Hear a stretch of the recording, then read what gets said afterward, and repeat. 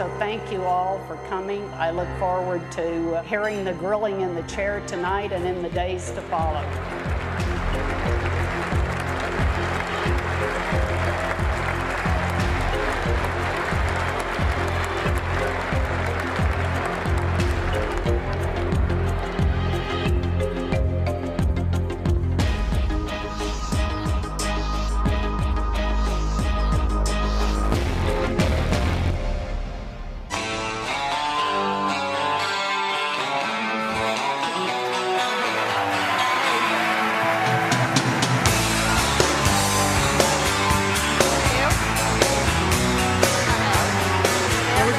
Why don't you sit here? Bill can sit here.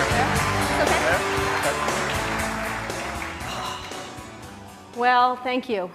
Before we get started, I think you know, there were some pioneers. Of course, we have the pioneers here on stage, but there were some other really important pioneers in the video we just saw, and a couple of them are here in the audience. So, Mitch Kapor, who is a regular at D, could you just stand up and wherever you are, there he is.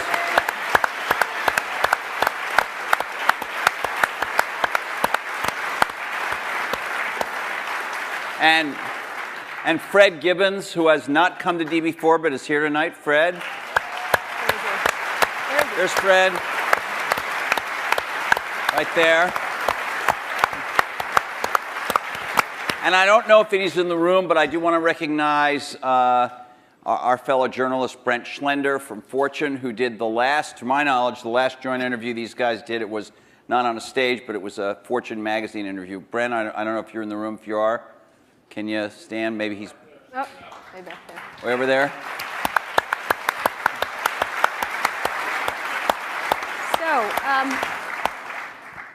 So let's get started. I wanted to ask, there's been a lot of like mano-a-mano catfight kind of thing in a lot of the blogs and the press and stuff like that. And we wanted to, the first question I was interested in asking is what you think each has contributed to the computer and technology industry, starting with you, Steve, for Bill, and vice versa. Well, you know, Bill built the first software company in the industry. And I think he built the first software company before anybody really in our industry knew what a software company was, except for these guys. And that was huge. That was really huge. And the business model that they ended up pursuing turned out to be the one that worked really well, you know, for the industry. Mm-hmm. So I think, but the biggest thing was Bill was really focused on software before almost anybody else had a clue that it was really the software. That's what I see. I mean, a lot of other things you could say, but that's the high order bit. And I think building a company is really hard. And it requires your greatest persuasive abilities to hire the best people you can and keep them at your company and keep them working, you know, doing the best work of their lives, hopefully. And Bill's been able to stay with it for all these years. So, Bill, how about the contribution of Steve and Apple? Well, first I want to clarify, I'm not fake Steve Jobs. You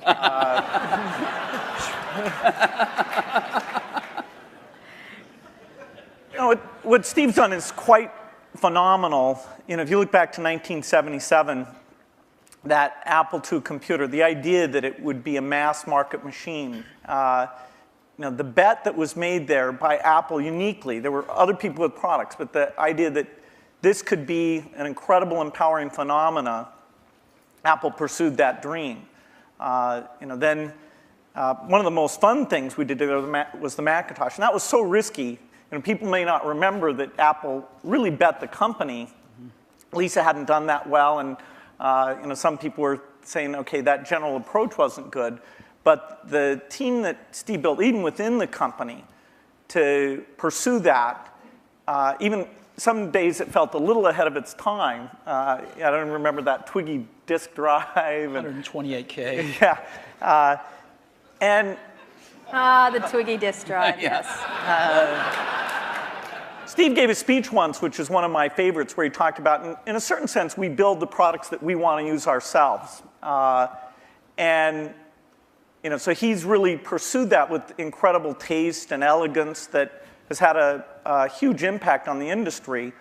and his ability to always come around and figure out where that next bet should be has been phenomenal. You know, Apple literally was failing when Steve went back and reinfused the innovation and risk-taking that have been phenomenal. So the industry's benefited immensely from his work. We've both been lucky to be part of it, but you know, I'd say he's contributed as much as anyone. Well, we've also both been incredibly lucky to have had great partners that we started the companies with, and we've attracted great people. I mean, so everything that's been done at Microsoft and at Apple has been done by just remarkable people, none of which are sitting up here, you know, today. Well, not us. Well, you're sort of the Not not us. And You're in a way you're the stand-ins for all those other people. in a way we are. In a very tangible way. So Bill mentioned the Apple II in 1977 and 30 years ago, and there were a couple of other computers with which were aimed at the idea that average people might be able to use them. And looking back on it, a really average person might not have been able to use them by today's standards, but it certainly broadened the base of who could use computers. I actually looked at an Apple ad from 1978. It was a print ad that shows you how ancient it was, and it said thousands of people have discovered the Apple computer. Thousands of people, and it also said, you don't want to buy one of these computers where you put a cartridge in. I think that was a reference to one of the Atari or something. I don't know. You want a computer you can write your own programs on. And so the world, and obviously people We had some very strange ads back then. We had one where it was in a kitchen, and there was a woman that looked like the wife, and she was typing in recipes on the computer with the husband looking on approvingly in the back. Yeah. Stuff like that. Yeah, how did that work for you? I don't think well. So, but just think back to, I know that you started Microsoft prior to 1977. I think Apple started the year before in 76. Microsoft in 74 was when we started writing the 75. basic. And then, then we did shipped the basic in 75. Okay. Most people, some people here, but I don't think most people know that there was actually some Microsoft software in that Apple II computer. Do you want to talk about what happened there, or how that occurred? Yeah, there'd been the Altair and a few other companies, actually about 24, that had done various machines. But the 77 group included the PET, TRS-80, Commodore. and Commodore PET, TRS-80, and the Apple II. The original Apple II BASIC, the integer BASIC, we had nothing to do with. But then there was a floating point one where, and I mostly worked with Woz on that. Let me tell this story. So Woz, my partner, we started out with this guy named Steve Wozniak, brilliant guy. He writes this BASIC that is like the best BASIC on the planet. It does stuff that no other BASIC's ever done. You don't have to run it to find your error messages. It finds them when you type it in and stuff. It's perfect in every way, except for one thing, which is it's just fixed point, right? It's not floating point. And so we're getting a lot of input that people want this BASIC to be floating point. And like we're begging Woz, please make this floating point. Who's we? How many people are in Apple? Well, me. Yeah. We're begging Woz to make this floating point, and he just never does it, you know. And he wrote it by hand on paper. I mean, you know, he didn't have an assembler or anything to write it with. It was all just written on paper, and he'd type it in. He just never got around to making a floating point. Why? Well, this is one of the mysteries of life. I don't know, but he never did. And so, you know, Microsoft had this very popular, really good floating point BASIC that we ended up going to them and saying, help. And how much was I think you were telling us earlier? That was $31,000. That Apple paid you for that. the floating point BASIC. And I flew out to Apple. I spent 2 days there getting the cassette. The cassette tapes were the main ways that people stored things at the time. Right. And, you know, that was fun. I think the most fun is later when we worked together. Well, what was the most fun? Tell the story about the most fun that was later. And maybe later, not the most fun. Let him talk. Then. I'm teasing. Well, you know, Steve can probably start it better. The team that was assembled there to do the Macintosh was a very committed team. And there was an equivalent team on our side that just got totally focused on this activity. Jeff Harbers, a lot of incredible people. And we really had bet our future because on the Macintosh being successful, and then hopefully graphics interface in general being successful, but first and foremost, the thing that would popularize that being the Macintosh. And so we were working together, the schedules were uncertain, the quality was uncertain, the price. When Steve first came up, it was going to be a lot cheaper computer than it ended up being, but that was fine. So you worked in both places, in both? Well, we were in Seattle, and we fly down there. But Microsoft, if I remember correctly, from what I read, wasn't Microsoft one of the few companies that were allowed to even have a prototype of the Mac at the time? Well, what's interesting, what's hard to remember now, is that Microsoft wasn't in the applications business then. They took a big bet on the Mac because this is how they got into the apps business. I mean, Lotus dominated the apps business on the PC back then. Right. We had done just Multiplan, which was a hit on the Apple II. And then Mitch did an incredible job betting on the IBM PC, and 123 came in and, ruled that part of the business. So the question was, what was the next paradigm shift that would allow for an entry? WordPerfect, we had Word, but WordPerfect was by far the strongest in word processing, DBase, and database. And Word was that was a kind of a DOS, a text. All of these products I'm saying were DOS-based products, because Windows wasn't in the picture at the time. Right. That's more in the early 90s that we get to that. And so we made this bet that the paradigm shift would be graphics interface, and in particular that the Macintosh would make that happen with 128K of memory, 22K of which was for the screen buffer, 14K was for the operating system. So it was 14K. Yeah. 14K. Yeah. The original Mac operating system was 14K. 14K that we had to have loaded when our software ran. So when the shell would come up, it had all the 128K. The OS was bigger than 14K. It was in the 20s somewhere. I see. So when we ship these computers now with a gigabyte, 2 gigabytes of memory, and nobody remembers 128K. I remember that. I remember paying a lot of money for computers with 128K in those days. So the two companies worked closely on the Mac project because you were maybe not the only, but the principal or one of the principal software creators for it, right? Is that right? Well, Apple did the Mac itself, but we got Bill and his team involved to write these applications. And we were doing a few apps ourselves. We did Mac Paint and Mac Draw and stuff like that. But Bill and his team did some great work. Now, in terms of moving forward, after you left and your company grew more and more strong, what did you think was going to happen to Apple after sort of the disasters that occurred after Steve left? Well, Apple's fate hung in the balance. We continued to do Macintosh software, and Excel, which Steve and I introduced together in New York City. That was kind of a fun event. That went on and did very well. But then, Apple just wasn't differentiating itself well enough from the higher volume platform.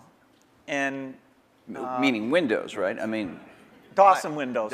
Okay, but especially Windows in the 90s began to take off. By 1995, Windows became popular. The big debate wasn't sort of Mac versus Windows. The big debate was character mode interface versus graphics mode interface. And when the 386 came and we got more memory and the speed was adequate and some development tools came along, that paradigm bet on GUI paid off for everybody who'd gotten in early and said, this is the way that's going to go. But Apple wasn't able to leverage its products. After the 512K Mac was done, the product line just didn't evolve as fast. Steve wasn't there, as it needed to. And we were actually negotiating a deal to invest and make some commitments and things with Gil Amelio. Yeah. No, seriously. And Don't be mean. Don't be mean to him. I'm sorry? Just saying the word Gil Amelio, you can see him just...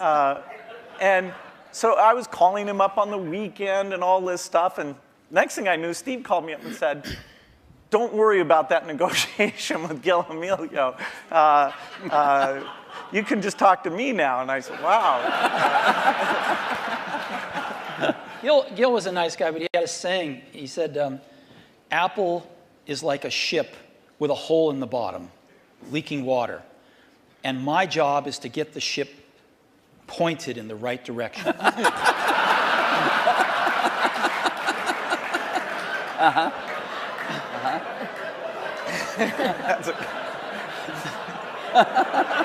Okay.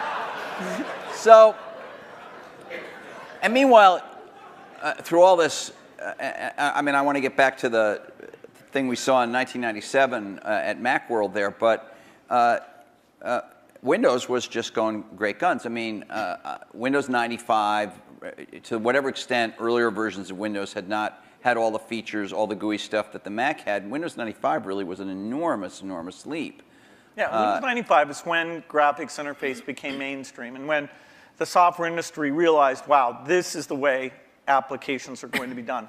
And it was amazing that it was ridiculed sort of in 93, 94. It was not mainstream. And then in 95, the debate was over. It was kind of just a common sense thing. And it was a combination of hardware and software maturity getting to a point that people could see it. So I don't want to go through every detail, the whole history of how you came back, but Thank you. You had, but you in that video we all saw, you said you had decided that it was destructive to have this competition with Microsoft. Now, obviously, Apple was in a lot of trouble, and I presume that there was some tactical or strategic reason for that, as well as just wanting to be a nice guy, right? I mean, you know, Apple was in very serious trouble, and what was really clear was that if the game was a zero-sum game where for Apple to win, Microsoft had to lose, then Apple was going to lose.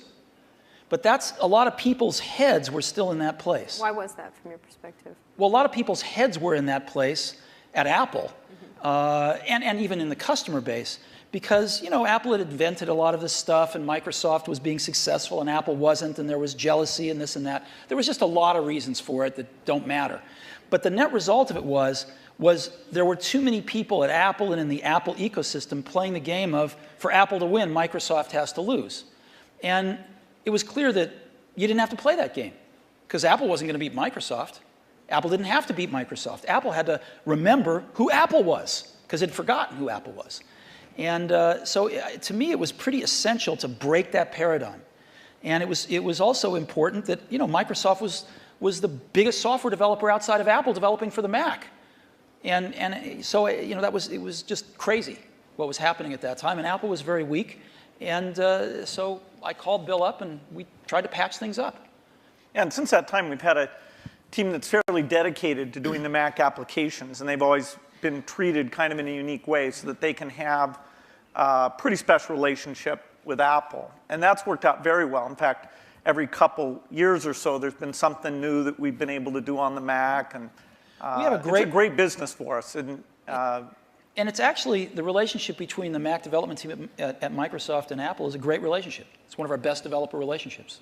And do you look at yourself as rivals now today as this landscape has evolved? And we'll talk about the internet landscape and everything else and other companies that have come forward. But how do you look at yourselves in this landscape today? because you are competitors in certain ways, which is the American way, right? We watch the commercials. And you get annoyed at each other from time to time. You know what? I have to confess, I like PC Guy better. Yeah, he's great. I like him. You know, the art of those commercials is not to be mean, but it's actually for the guys to like each other.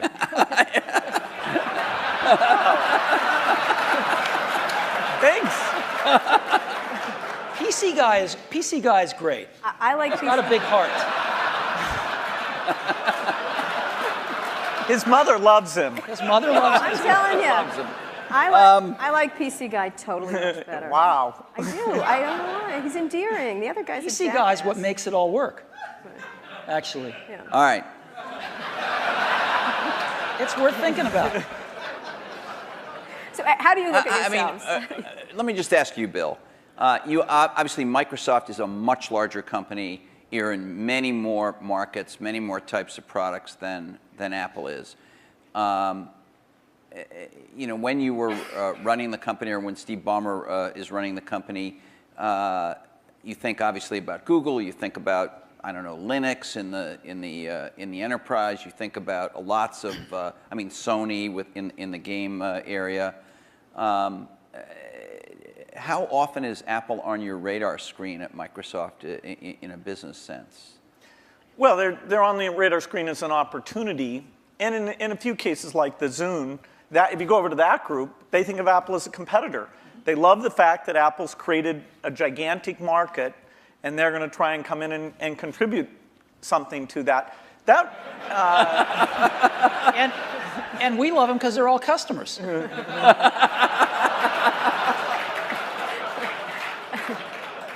I have to tell you, I was actually told by Jay Allard, I'm serious, that because of the nature of the processor, the development platform they used to develop a lot of the software for the Xbox 360 was Macs.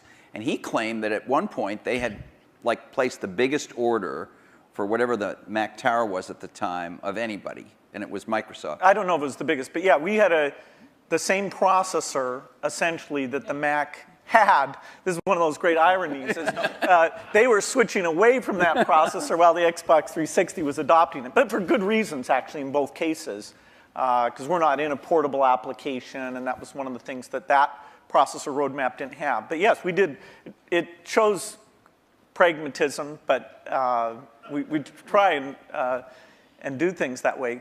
So that was the development system for the early people getting their software ready for the introduction of Xbox 360. And we never ran an ad on that. I see. Admirable restraint. That's wonderful. There were hundreds of them. Steve is so known for his restraint.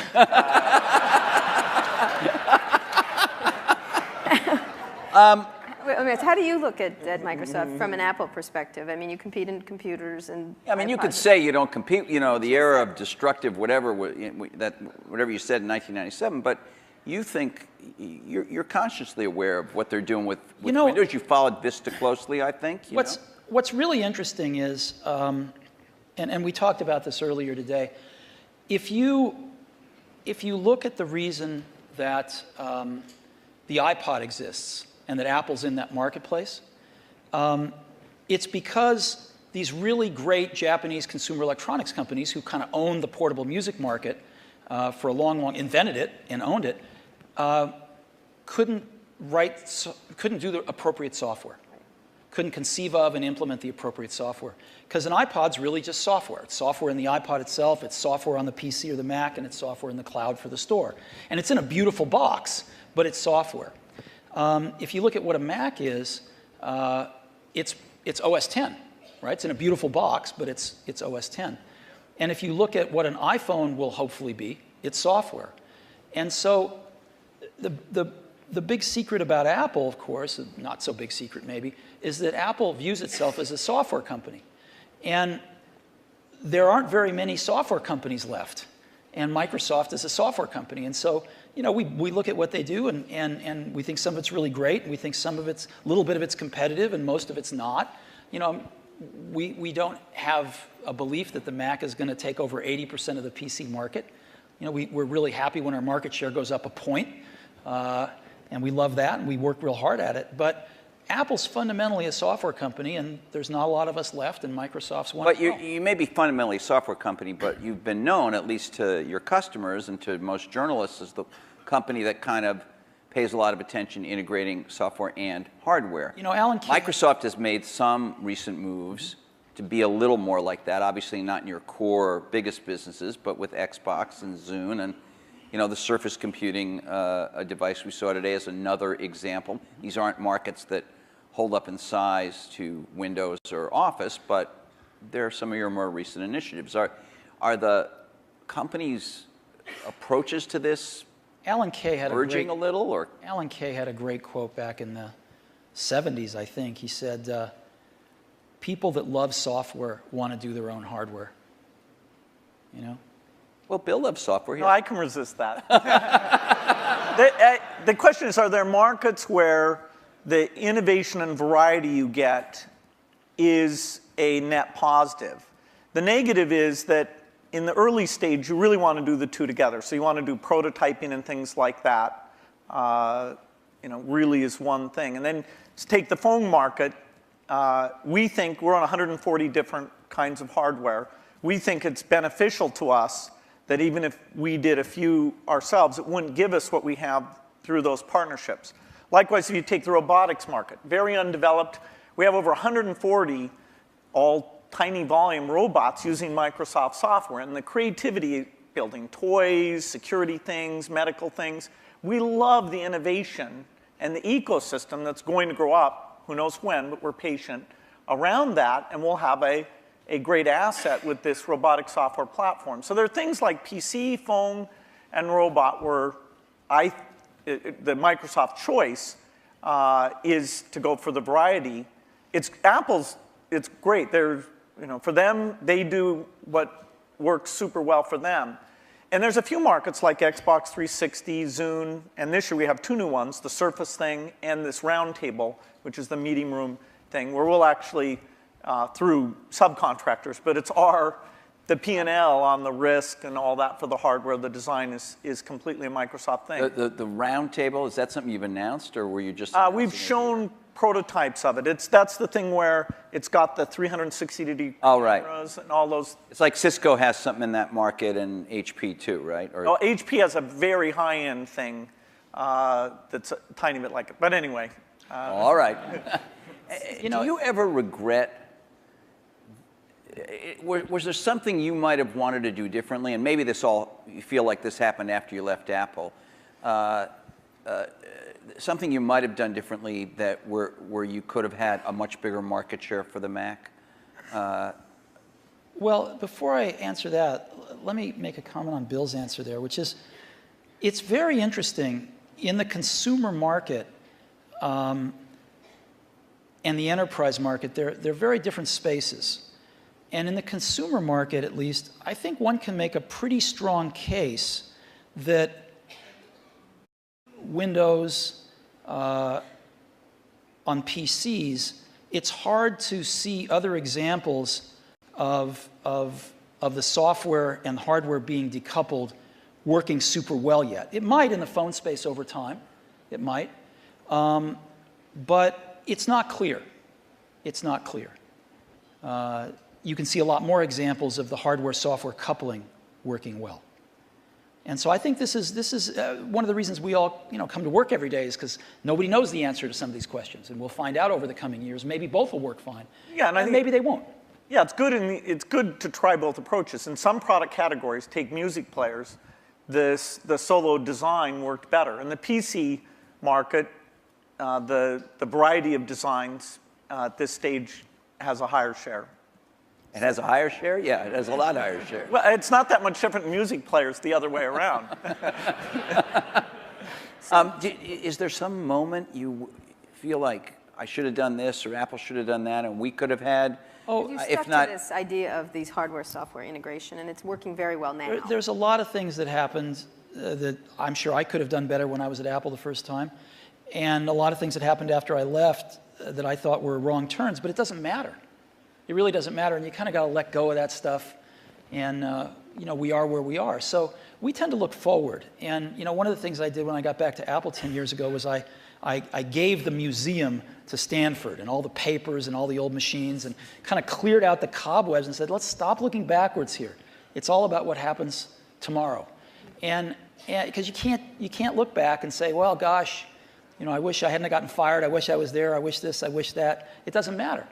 And so let's go invent tomorrow rather than worrying about what happened yesterday. Let's talk about, we're going to talk a little bit about tomorrow, but let's talk about today, the landscape of how you see the different players in the market and how you look at what's developing now. What has surprised both of you since having been around for so long and still very active in everything? I mean, your companies are still critically key companies, but there are many, many companies that are becoming quite powerful. How do you look at the landscape at this moment and what's happening, especially in the internet space?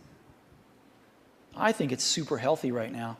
I think there's a lot of young people out there building some great companies who want to build companies, who aren't just interested in starting something and selling it to one of the big guys, but who want to build companies. And I think there's some really exciting companies getting built out there, some next generation of stuff that some of us play catch up with, and some of us find ways to partner with and things like that. But there's a lot of activity out there now, wouldn't you say? Yeah, I'd say it's a healthy period. Yeah. The notion of what the new form factors look like, what natural interface can do, the ability to use the cloud, the internet, to do part of the task in a complementary way to the local experience. There's a lot of invention that the whole approach of startups, the existing companies who do research, we'll look back at this as one of the great periods of invention. I think so too. There's a lot of things that are risky right now, which is always a good sign, you know, and you can see through them. You can see to the other side and go, yes, this could be huge, but there's a period of risk that, you know, nobody's ever done it before. Do you have an example that would, for example? I do, but I can't say. Okay. And so, but I can say, when you feel like that, that's a great thing. Right. That's what keeps you coming to work in the morning, and and it tells you there's something exciting around the next corner. Okay, but so the two of you have certainly you're involved every day with the internet. You have internet products. You have a whole slew of stuff on the internet.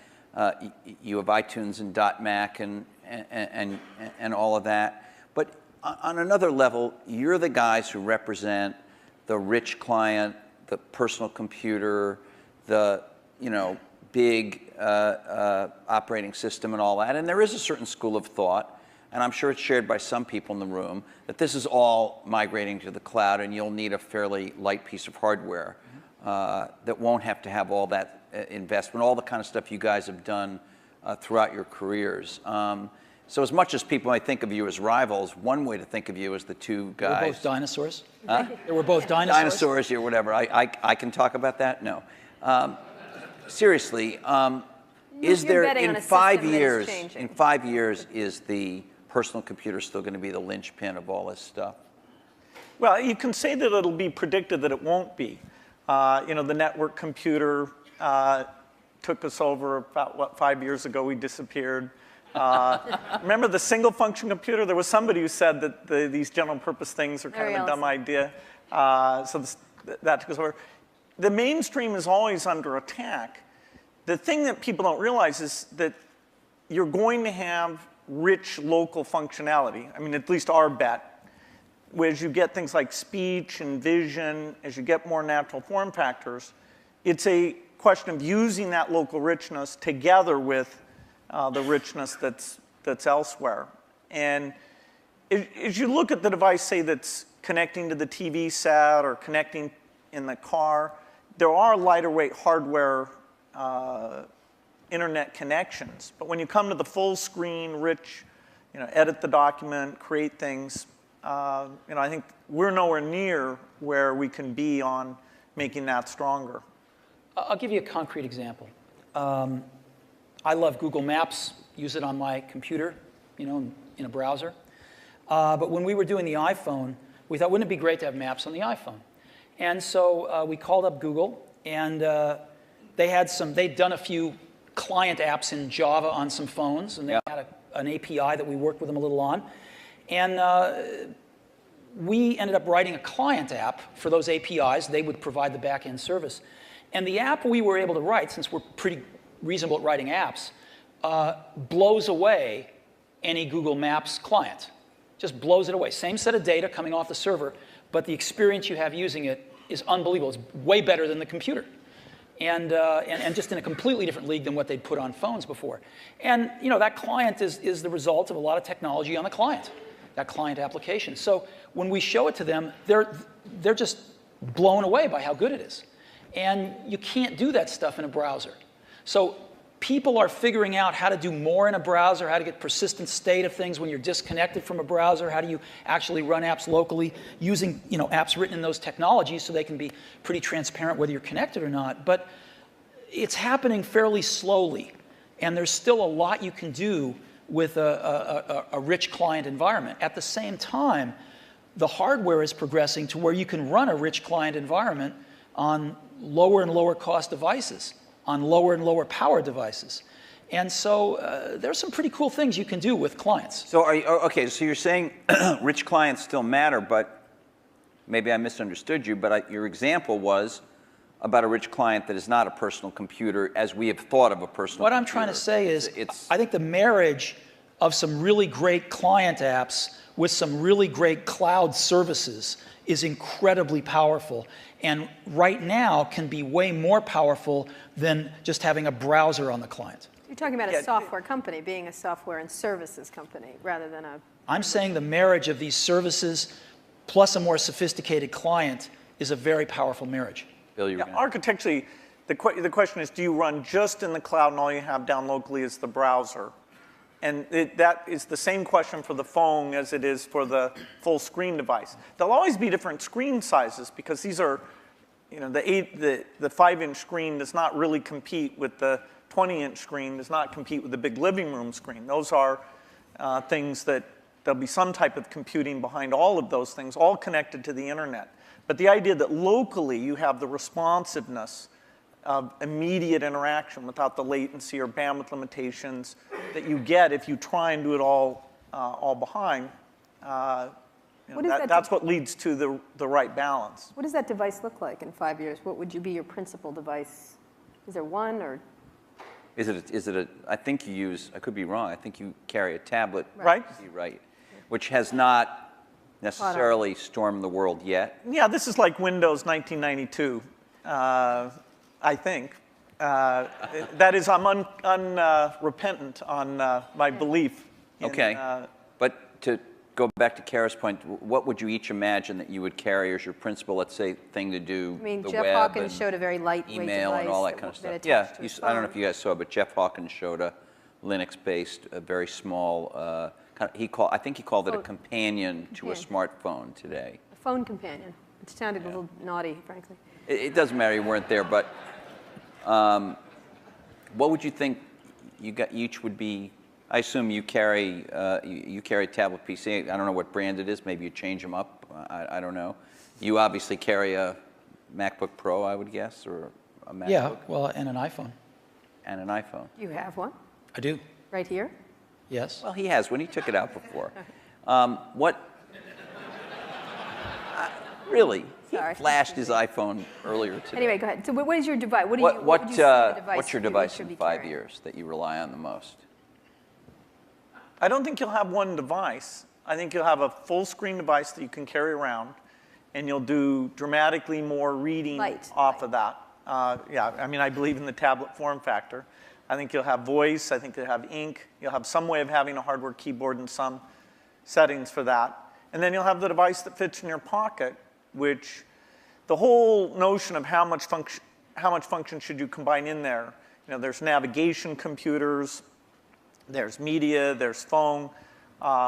Technology is letting us put more things in there, but then again, you really want to tune it so people know what they expect. So there's quite a bit of experimentation in that pocket-sized device. But I think those are natural form factors, and that we'll have the evolution of the portable machine and the evolution of the phone will both be extremely high volume, complementary. That is, if you own one, you're more likely to own the other.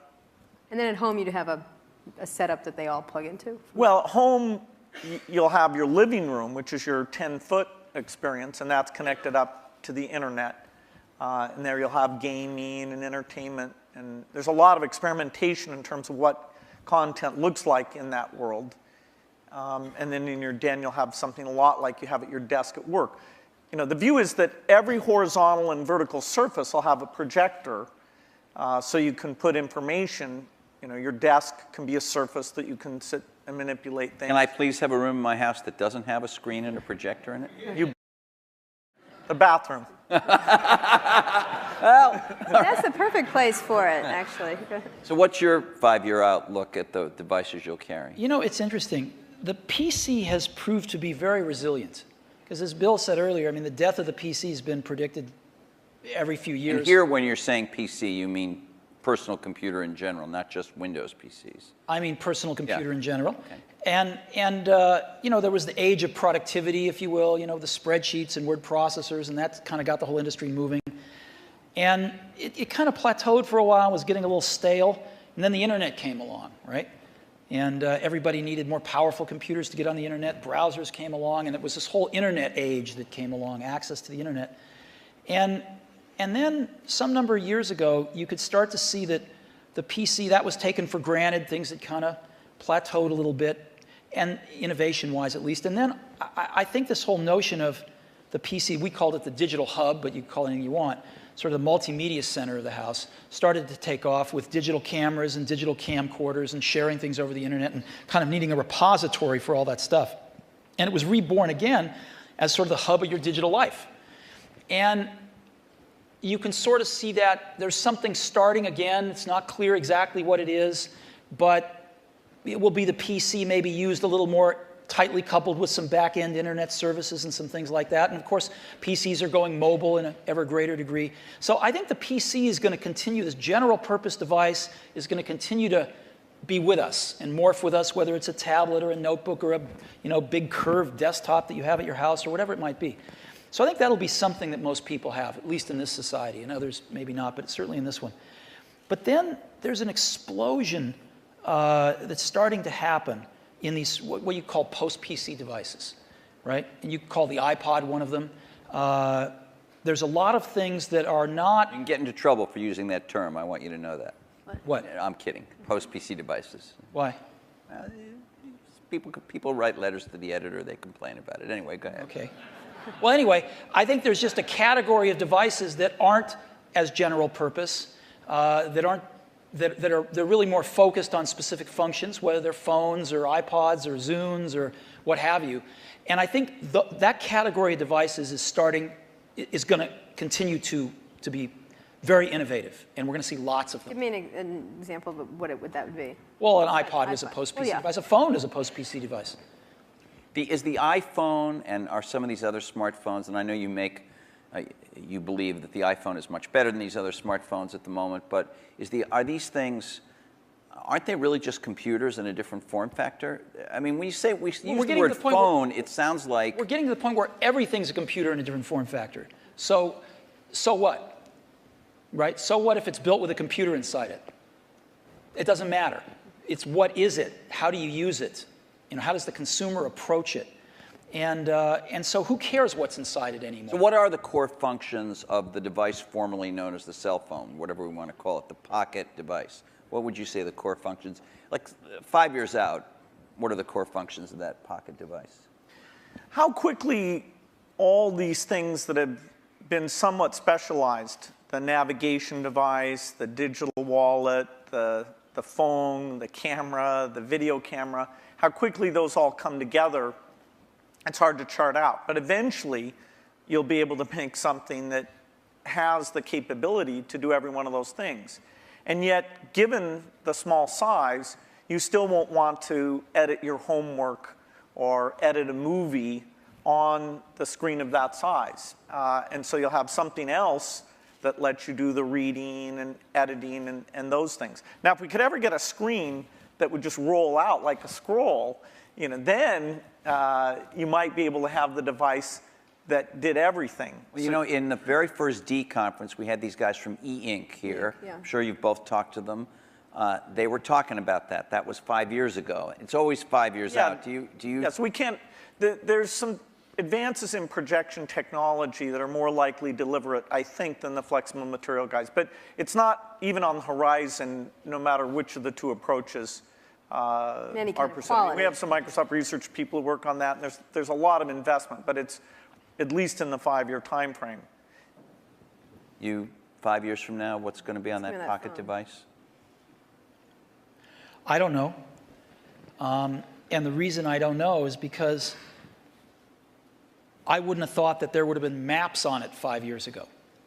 But something comes along, gets really popular, people love it, get used to it, you want it on there. So people are inventing things constantly, and I think the art of it is balancing what's on there and what's not on there, is the editing function. And clearly, most things you carry with you are communications devices. You want to do some entertainment with them as well, but they're primarily communications devices, and that's what they're going to be. Outside of the computing area, what are the exciting areas in the internet space at all that you're looking at that you find that's interesting to each of your companies and in general for you? Any kind of social networking, any kind of the wikis, those kind of things we've talked about in the past today, essentially.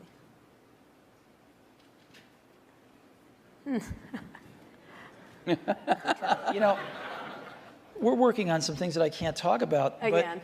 Again, yeah. But there used very to be, beautiful. There I used to know. be a saying, isn't it, at It's gonna Apple? blow us away though Blows when away. you can't. Wow, it's There great. used to be a saying at Apple, isn't it funny a ship that leaks from the top? So, That's kind of like a sweater without sleeves as a vest. I don't get that. that was what they used to say about me when I was in my 20s. Okay. There's a zillion interesting things going on the internet. The most interesting things to me are these incredible new services that people are bringing up. And Surrounding entertainment or? there's a lot of them surrounding entertainment, but there's a lot of them that have to do with just sort of figuring out how to navigate through life a little more efficiently.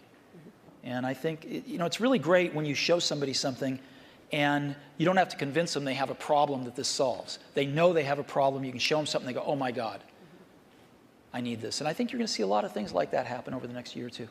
Do you, you obviously have a very large internet business with iTunes and you sell a lot of stuff on in the Apple Store, but you were early with this idea that when you bought a computer from Apple, you had this kind of internet service back end, and it was called .Mac, and I think a lot of people feel you haven't developed it very much. I couldn't agree with you more, and we'll make up for lost time in the near future.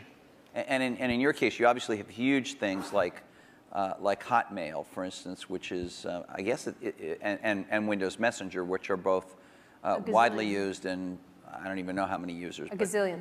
Huge numbers.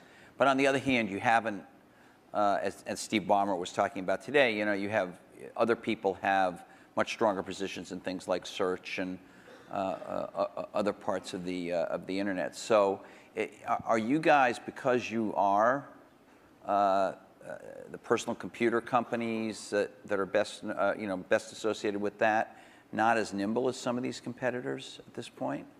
Do you worry about not being as nimble, both of you? I mean, obviously Microsoft's a much bigger company, but you're a big company. Steve, Apple is. Do you worry about not being as nimble as somebody sitting out there with, the kind of 10 employees that you guys had in 1977? Well, there's always going to be great new things that come out of other companies, and you want to be in a position to benefit from those, to have those inventions drive demand for Windows and personal computers, and then some of those upstream things you want to participate in. I hope Steve mentioned we are going to participate in search, hopefully to a higher degree in the future. He did mention that, yeah. Than at present, so we'll see what we can do there. A lot of the applications are more specialized, so they're not areas we'll go into. Take what can happen with education now, that video is mainstream, and all these tools that let you do rich interactions are very mainstream. I'm very excited about that. The idea of empowerment goes back to the very beginning of our industry, and some of those dreams that this would be used by students or that teachers could get better and learn from each other in these new ways. We're just at the threshold where some of those things can happen. And yes, our companies can contribute to that, but as a whole, it's the ecosystem jumping on and building on each other where you can finally say, finally, technology did something for education. See, I look at this a little bit differently, which is we're not trying to do a lot of this stuff because it's not what we do. We don't think one company can do everything. So you've got to partner with people that are really good at stuff. Like, we're not, maybe Microsoft is great at search. We're not trying to be great at search, so we partner with people that are great at search. And we don't know how to do maps on the back end. We know how to do the best maps client in the world, but we don't know how to do the back end. So we partner with people that know how to do the back end. And what we want to do is be that consumer's device and that consumer's experience wrapped around all this information and things we can deliver to them in a wonderful user interface, in a coherent product. And so in some cases, we have to do more work than others. In the case of iTunes, there wasn't a music delivery service that was any good, and we had to do one, so we'll do one. But in other cases, there's companies doing a way better job because we're not as good at this stuff as other people are, and we'd love to partner with them. And so, we selectively do that. And I think it's really hard for one company to do everything. Let's talk about entertainment. complex. You're both in the entertainment world. Entertainment is important to both your companies. For yours with music right now, and as you get into Apple TV, Microsoft has been within the Hollywood area. Where do you see that going in the era of YouTube? We've had a couple of network people here talking about changes that are happening in Hollywood and everything else. What is happening now to entertainment delivery, and where do you all play? Because you'll be the delivery mechanism in one way or the other for most people. Well, the big milestone is where the delivery platform is the internet. And so you bring the richness and the interactivity. I think you can get a little bit of a glimpse of the future of TV more from looking at community type things like Xbox Live, where people are talking to each other, finding friends, watching things together, talking about those things. That, as you map that onto genres like educational shows or sports shows or watching the Olympics or the elections, that ability to navigate becomes very, very powerful. And we're not an entertainment company. Yes, we do Halo, which is this big video game, but by and large, we're a platform. And so it's the tough software things, whether it's the speech or the ink or the deep graphics, that's where things that take 10 years to get done, the IPTV stuff, the foundation there, it took 10 years to get it done. Now it's finally coming to fruition, and we have people like AT&T betting their company on putting that together. So we're just at the start of having a scale entertainment delivery vehicle both through PCs, unfortunately not connected up to the TV set in most cases, but that's a point of innovation. And now things like IPTV and Xbox that are connected up in the living room. Steve, you were today, Bill, you weren't here, but Steve showed a new function of Apple TV that brings YouTube directly to the TV. Is there going to be more of that from you? Do you see yourself, the way Bill says, as an enabler of entertainment? Or, well, I mean, putting aside your Disney role, but your Apple I mean, role. I think people want to enjoy their entertainment when they want it and how they want it, on the device that they want it on.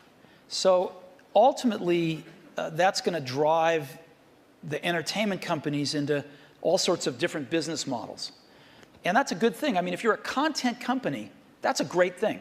More people wanting to enjoy your content more often in more different ways, that's why you're in business. But the transitions are hard sometimes. And the music industry, it turned out that the internet got fast enough to download songs pretty easily. There was no legal alternatives, and maybe they made some bad choices in how they reacted to that. But they're still trying to make the transition to a very different way of doing business or ways of doing business while they're under attack from piracy. And we can all highlight some of the mistakes that have been made, but still, it's a tough job. And Hollywood, I think, has watched what's happened in music, learned some things to do, some things not to do. But they're still trying to map this out. How do they make some of these transitions, some new business models, different platforms, allowing their customers way more freedom on when they want to watch stuff and how they want to watch it. And I think there's a tremendous amount of experimentation and thought going on that's going to be good. That's going to be really good if you're a content owner. Can I ask about the user interface of the personal computer for a minute? Vista has just come out, which is your best version of Windows you've done, has some UI improvements in it. You're about to do yet another version of the Mac OS called Leopard in the fall, which, from what you've shown publicly, at least so far, has some improvements. But fundamentally, these are still the kind of file icon, folder icon, drop-down menu. I know I'm minimizing. There's a lot of other things. There's gadgets and widgets and all kinds of other cool things in there now. But you can see that it's still all built on what you started with, what Xerox did research on. Is there in the offing in the next 4 or 5 years, is it possible there's a new paradigm for organizing the user interface of the personal computer? Let's leave cell phones and things out for a minute, but just the personal computer, Bill. One of the things that's been anticipated for a long time is when 3D comes into that interface. And there was a lot of experimentation, sites on the internet where you'd kind of walk around and meet people. But in fact, the richness, the speed, it just didn't sustain itself. Now we're starting to see with some of the mapping stuff, a few of the sites, that the quality of that graphics, the tools and things are getting to the point where 3D can really come in. So I definitely say that when you go to a store, bookstore, you'll be able to see the books lined up, you know, the way you might be interested in, or lined up the way they are in the real store. So 3D is a way of organizing things, particularly as we're getting much more media information on the computer, a lot more choices, a lot more navigation than we've ever had before. And we can take that into this communications world where the PC is playing a much more central role, kind of taking over what was the PBX, sort of one of the last mainframes in the business environment. That'll be a big change that'll come to it. And as we get natural input, that'll cause a change. And what about this multi-touch stuff? It's really interesting. Obviously, Steve showed some of it on the iPhone when he introduced the iPhone. Steve Ballmer today showed a bunch of it with the Surface computing device. It happens, although it's not part of our program, that HP, which is a sponsor of this conference, has a multi-touch sort of display over here out in the foyer. Will this make its way that Minority into, Report, this kind of thing? Yeah, will this make its way into, maybe you call it direct manipulation of objects with your hands and your fingers. Will this make its way into mainstream, let's say, laptop computers as a new UI or an additional part of the UI, or is that just a well, but go beyond the laptop. Specialized devices? Vision, software is doing vision. And so, you know, imagine a game machine where you just can pick up the bat and swing it, or the tennis racket and swing it. Yeah, we have one of those. Yeah, No, that's the Wii. not it. You can't pick up your tennis racket Oh, I see what you mean, and yeah. swing it. Right. You can't sit there with your friends and do those natural things. That's a 3D positional device. This is video recognition. This is a camera seeing what's going on. And you know, in a meeting, like you're on a video conference, you don't know who's speaking when they're audio only, things like that.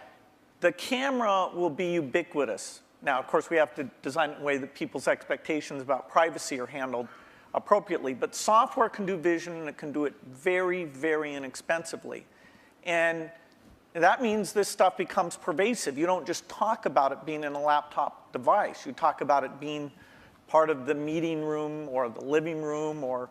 But on the laptop, the way that, and you know, maybe I'm wrong, maybe this is what we have is great and we don't need any new big radical change. But when I turn on my laptop, whether it's my Vista laptop or my Mac laptop, you know, there have been improvements, but it's a lot like it was 10 years ago. It's much better, the graphics are better and all that. You talked about that radical change. You know, you have the mouse, for both your companies. You have the icons you move around, you have the, I mean, and you talked about what a big gamble it was in '84 to do that and then follow on with Windows. We still essentially have that approach, and I'm just wondering, is that going to change? Touch, ink, speech, vision, those things come in, but they don't come in as a radical substitute. I think you're also underestimating the degree of evolution because you've lived with it year by year. You know, say we'd sent you away for 10 years and you came back and you said, wow, there's a search paradigm, and that's more at the center of how you find these things. There's tagging, that's more at the center of how you find these things.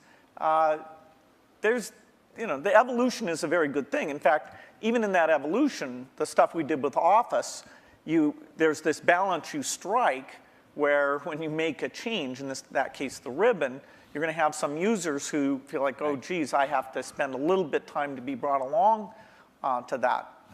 You know, but there has been good evolution, but these natural interface things are the revolutionary change, and they'll be very revolutionary. That together with the 3D that I talked about. Steve? I know you're working on something. It's going to be beautiful. We'll see it soon. Yeah, you know, and you can't talk about it, but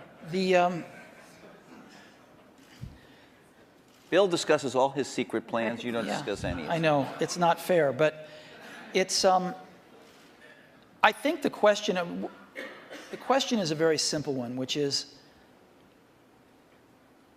how much of the really revolutionary things people are going to do in the next 5 years are done on the PCs, or how much of it is really focused on the post-PC devices? And there's a real temptation to focus it on the post-PC devices because it's a clean slate and because there are more focused devices and because they don't have the, they don't have the legacy of these zillions of apps that have to run in zillions of markets. And so I think there's going to be tremendous revolution in the experiences of the post-PC devices. And the question is how much to do in the PCs. And I'm sure Microsoft is. We're working on some really cool stuff. But some of it has to be tempered a little bit because you do have these tens of millions in our case or hundreds of millions in Bill's case users that are familiar with something that they don't want a car with 6 wheels. They like the car with 4 wheels. They don't want to drive with a joystick. They like the steering wheel. And so, you have to, as Bill was saying, in some cases you have to augment what exists there, and in some cases you can replace things. But I think the radical rethinking of things is going to happen in a lot of these post-PC devices. I'm going to ask a more personal question. We have just a minute before we're going to open up for questions. What's the greatest, I'm not going to call this the Barbara Walters moment and ask you what tree you'd like to be, but what's You would love to be Barbara Walters, let me just tell you. No, I would not. What's the greatest misunderstanding? Ding, right. But thank you, Steve.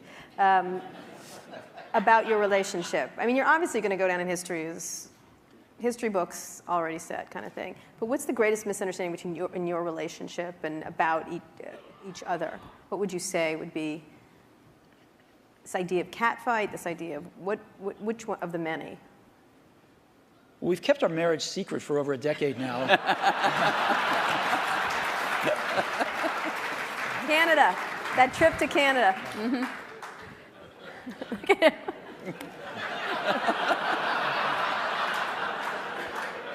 Was there? I don't think either of us have anything to complain about in general. And I know that the projects, like the Mac project, was just an incredible thing, a fun thing where we were taking a risk. We did look a lot younger in that video. We did. You look 12 in the first one. That's how I try and look. He was 12. But no, it's been fun to work together. And I actually kind of miss some of the people aren't around anymore. People come and go in this industry. It's nice when somebody sticks around and have some context of all the things that have worked and not worked. And the industry gets all crazy about some new thing. There's always this paradigm of the company that's successful is going to go away and stuff like that. It's nice to have people who've seen the waves and waves of that, and yet been willing, when it counted, to take the risk to bring in something new. Has it been important? One last question, and then we'll go to the audience. No, he didn't answer us because he just said this. I have an answer. He only talked about his secret gay marriage. Yeah. So. I thought that was your answer. No, that wasn't my answer. When Bill and I first met each other and worked together in the early days, generally, we were both the youngest guys in the room, right, individually or together. I'm about 6 months older than he is, but roughly the same age. And now, when we're working at our respective companies, I don't know about you, but I'm the oldest guy in the room most of the time. And that's why I love being here. And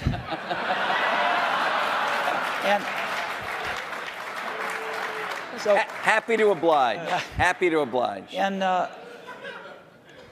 think of most things in life as either a Bob Dylan or a Beatles song.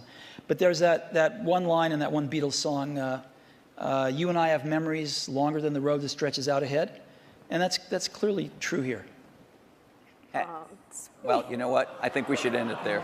Let's just end it there. I'm going to have a little tear right here. Thank you.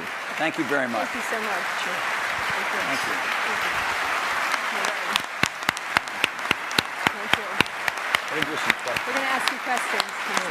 We get to sit down? Sit down. Oh, standing O. Thanks. Have we ever had a standing O here? No. I don't know. The toilet. No.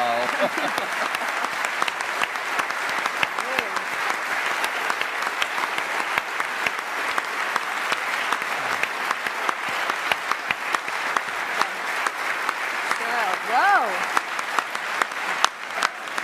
You handled this pretty well. Very good. Great.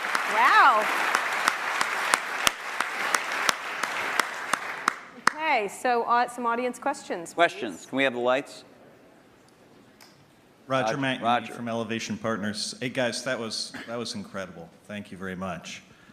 We've got a big election coming up next year. I'm curious if there are any issues that you see in Silicon Valley that we all ought to be focused on communicating effectively to the next potential president of the United States. That is any common ground that we share, because it's weird. You don't actually hear any issues that people are talking about right now, and I'm curious if you guys have any in mind. Bill? Well, certainly education is one that I'd put at the top of the list.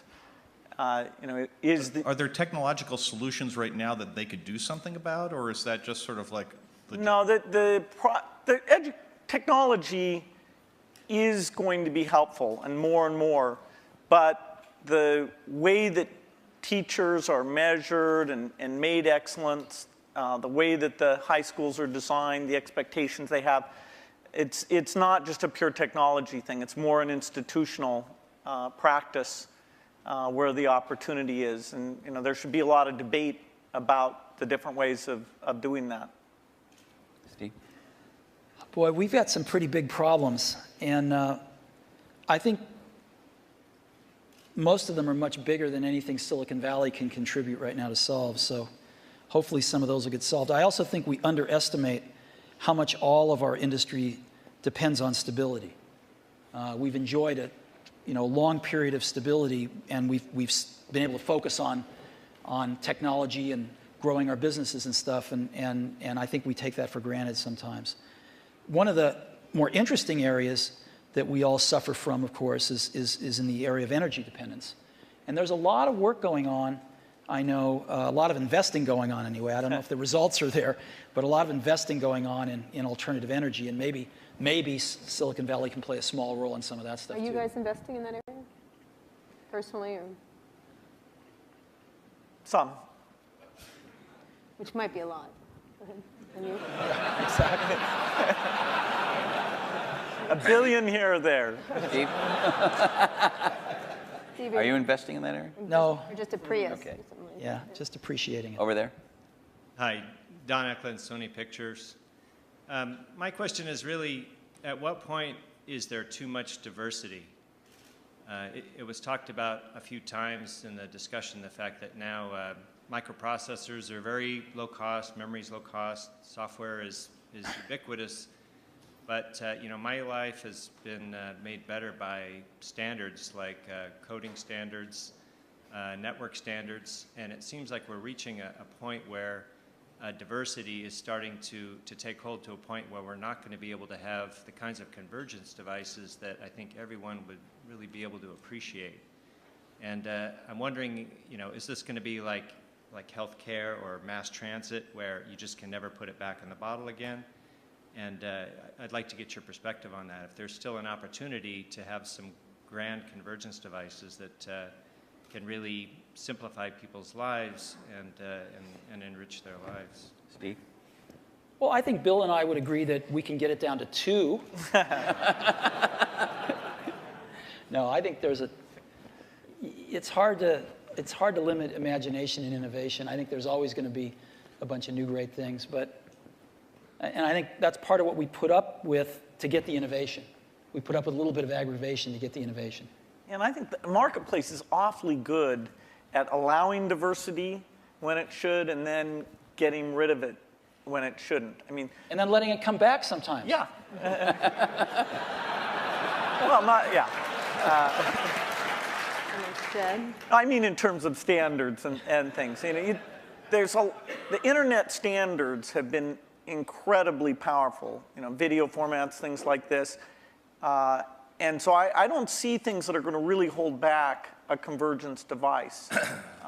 Sure, there's a lot of wireless approaches, but that's pretty healthy right now. They each have various merits. A few of them will end up overlapping the other ones and kill the other ones out. But I think the industry's done very well at latching on to standards for the things that there were no longer any innovation in, and then focusing on the places where it wasn't clear which approach was best.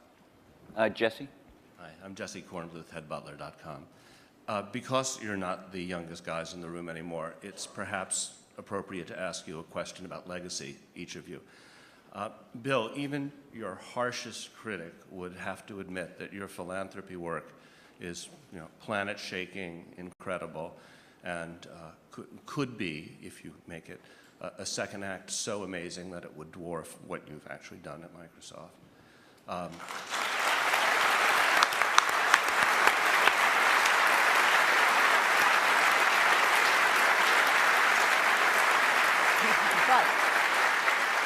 If you had to choose a legacy, what would it be? And Steve, do you look at Bill and you think, gee, that guy is so lucky. He had a company so rich with talent that he didn't have to personally, come in every day and save it. And, I wish I had the opportunity.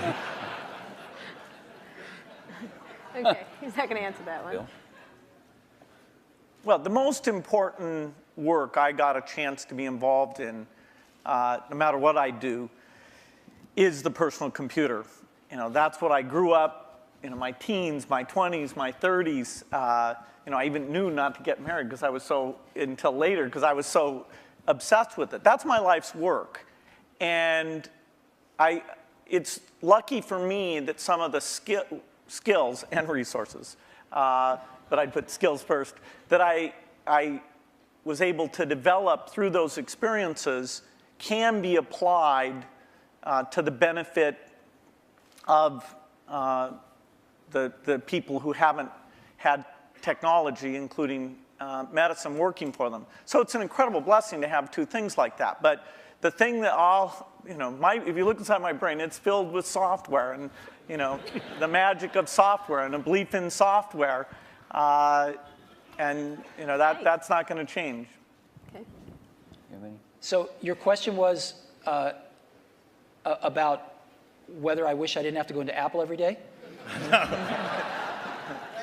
No, if you envy Bill a bit, this second act that he has. Oh, no, I think it's I think the world's. Do anything else, I think the world's a better place because Bill realized that his goal isn't to be the richest guy in the cemetery, right? That's a good thing, and so he's doing a lot of good with the money that he made. I'm sure Bill was like me in this way. I mean, I grew up fairly middle class, lower middle class, and I never really cared much about money. And Apple was so successful early on in life that I was very lucky that I didn't have to care about money then. And so I've been able to focus on work and then later on my family. And I sort of look at us as two of the luckiest guys on the planet because we found what we loved to do and we were at the right place at the right time. And we've gotten to go to work every day with super bright people for 30 years and do what we love doing. And so it's hard to be happier than that. Your family and that. What more can you ask for? And so I don't think about legacy much. I just think about being able to get up every day and go in and hang around these great people and hopefully create something that other people will love as much as we do. And if we can do that, that's great. I think the middle. Yeah. Thanks, Steve and Bill. Rob Kelly. I'm here with my business partner. We've got a 100-person internet media business. I'm wondering what would be the single most valuable piece of advice you'd give us to even attempt to create some of the value that you guys have done in both your very impressive companies. I think actually, maybe in both cases, correct me if I'm wrong, the excitement wasn't really seeing the economic value. Even when we wrote down at Microsoft in 1975, a computer on every desk and in every home, we didn't realize, and we'll have to be a big company. Every time I thought, oh God, can we double in size? Geez, can you manage that many people? Will that feel fun still? And so every doubling was like, okay, this is the last one.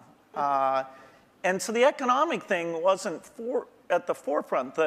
The idea of being at the forefront and seeing new things and things we wanted to do and being able to bring in different people who are fun to work with, eventually with a pretty broad set of skills And figuring out how to get those people, those broad skills, to work well together has been one of the greatest challenges. You know, I've made more of my mistakes in that area maybe than anywhere, but you know, eventually getting some of those teams to work very well together. So it's, you know, I think it's a lot about the people and the passion, and it's amazing that the business worked out the way that it did.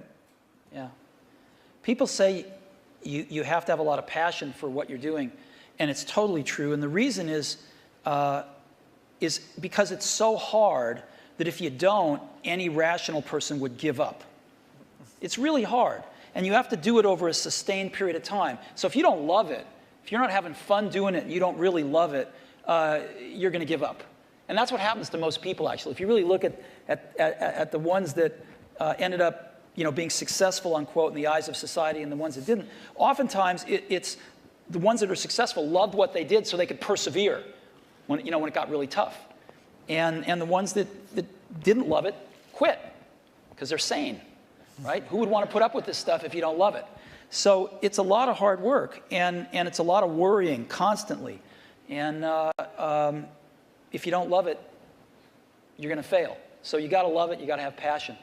And I think that's the high order bit. The second thing is you've got to be a really good talent scout, because no matter how smart you are, you need a team of great people, and you've got to figure out how to size people up fairly quickly, make decisions without knowing people too well, and hire them, and see how you do and refine your intuition, and be able to help build an organization that can eventually just build itself. Because you need great people around you. Thank you. Liz. Liz Beyer, question, I guess it's historical curiosity.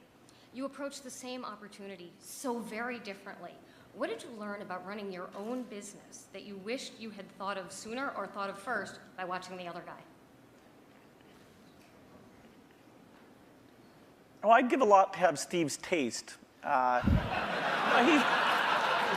He has natural, not a joke at all. I think in terms of intuitive taste, both for people and products.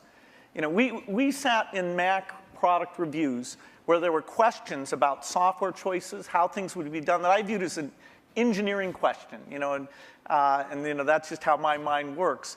And I'd see Steve make the decision based on a sense of people and product that it's even hard for me to explain. The way he does things, it's just different. And I think it's magical. And in that case, wow.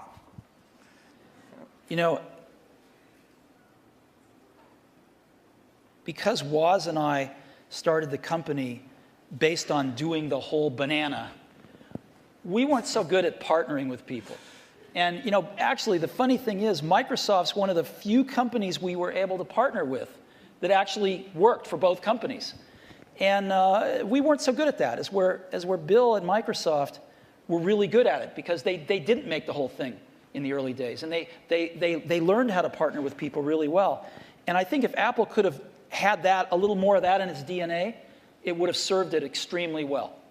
And I don't think Apple learned that until, a few decades later. Last question. Is there? This over here. I'm sorry. Over here. Yeah, hi, Charlie Brenner from Fidelity Investments.